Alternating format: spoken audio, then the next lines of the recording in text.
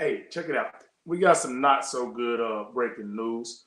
Keishawn Boutte, former LSU wide receiver, has an arrest warrant out because he was illegally gambling. Basically, he started an account before he was 21 years old. You got to be 21, to gamble on these sites, fake name, all that. They figured it out. The NFL, the NCAA, they will figure these things out. Ask Calvin Ridley. Ask Jameson Williams. There's plenty of guys. Miles Austin, former wide receiver for the Dallas Cowboys. He played on other teams. I think he was the wide receiver coach for the Cleveland Browns at the time. If you gamble, it's not 90% chance, but there's a large likelihood at some point they're going. They said Boutte had bet like almost 9,000 times. Bro, what you betting on 9,000 times? That's crazy. Like, I bet a lot. One, I ain't in league. I ain't bet when I was playing college ball. But 9,000, well, that's a lot, bro. Let's put that in perspective. Let's say 365 days in a year. Let me see. And if you bet, 10 times a day, that's still, 3,600? Bro, think about that.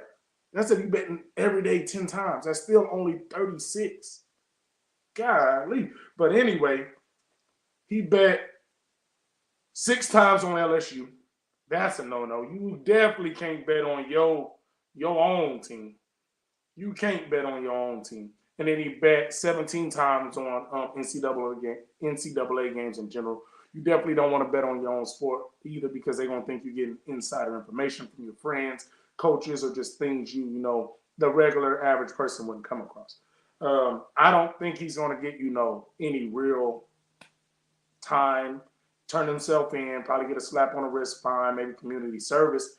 But, yeah, that's no good, bro. Y'all, you tripping because not only are y'all betting on these games and betting on your own team and your own sport, you're doing it on major platforms, and that's how they're catching you. For instance, let's say DP has his own gambling platform because there's a lot of small guys that have gambling platforms, right? And I got NFL guys betting with me. The only way you can be found out really would be if I was to, go and tell on you. These guys betting on FanDuel, DraftKings, Bovado, things is getting tracked to them. If you're doing it out the way, you'll probably be pretty good. I know guys who have done that, and they were fine. I'm not saying you should do it if you're in the league or in college, but I know guys who have done that. But these guys, I have to believe the way that they're getting caught is because they're using platforms that the NFL and the NCAA, the NBA are tracking. They ain't tracking DP stuff. I ain't got one, but they wouldn't be tracking mine unless something just crazy happened and then I got on their radar. But for the most part, a guy like Keishawn Boutte ain't getting tracked if he's using somebody like me, my platform. I don't know what boys be thinking. And the problem is not only that, you doing that, and I know most of these guys when they bet 100, 200, you risking your livelihood and your job for a couple of hundred and you making hundreds of thousands or millions. That don't make sense. That's like robbing a bank and getting away with $1,000. If I'm gonna rob the bank, I'm going to the mother lode of all banks. I'm doing the inside man job. I'm doing the one with Ice Cube's son. Den of Thieves. If it ain't no Den of Thieves type move, if it ain't inside man type of move, you can't get me. And that's the problem. They're doing this on small increments that they're betting. I think when Ridley got in trouble, they seemed like he was betting like 2,000. Bro, you missed, 8 million, 2 million, 3 million, whatever his contract was at that point for 2 bands?